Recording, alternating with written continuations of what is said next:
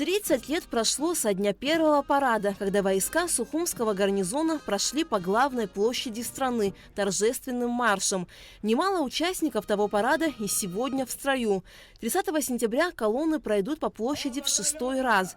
В мероприятии примут участие все части подразделения Министерства обороны Абхазии, а также представители каждой силовой структуры республики – СГБ, миграционной службы, таможенного комитета, МЧС, ГСО. В генеральной репетиции парада во знаменование 30-й годовщины победы в Отечественной войне народа Абхазии приняли участие более 1000 человек. В составе механизированной колонны задействовано 120 единиц военной техники, включая и авиацию. На репетиции присутствовал президент, верховный главнокомандующий вооруженными силами Аслан Бжания.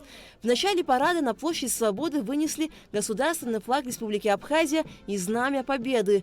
Командует парадом генерал-полковник Беслан Свижба.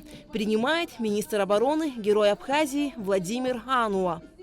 Министерство обороны Республики Абхазия было образовано 11 октября 1992 года указом первого президента страны Владислава Арденберга. На протяжении всего времени главным военным ведомством решаются задачи по обеспечению обороноспособности страны. По традиции в параде Победы примут участие подразделения 7-й российской военной базы и погрануправления ФСБ России в Абхазии, а также Сухумский особый казачий отдел Кубанского казачьего войска в Абхазии. После прохождения пеших колонн по площади Свободы пройдет военная техника. Вся она в основном была захвачена у противника в ходе боевых действий, а также новая, поступающая на обеспечение наших вооруженных сил. Выдвигаются парадные расчеты боевых машин пехоты. БМП-1, БМП-2.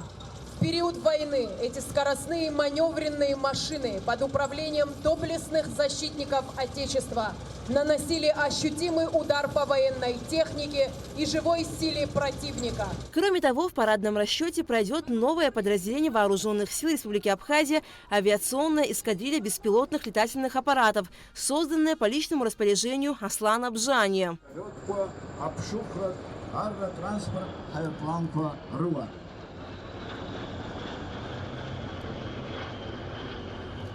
Генеральной репетиции путь был очень долг, кропотливый труд. Мы начали тренировки в конце июня месяца.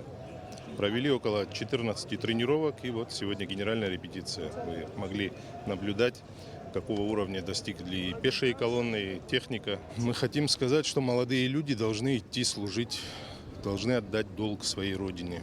В военном параде помимо военнослужащих примут участие и ветераны войны, добровольцы Северного Кавказа. По окончанию парада по площади Свободы пройдет бессмертный полк. Алика Трапш, Тимур Гугохи, Абхазское телевидение.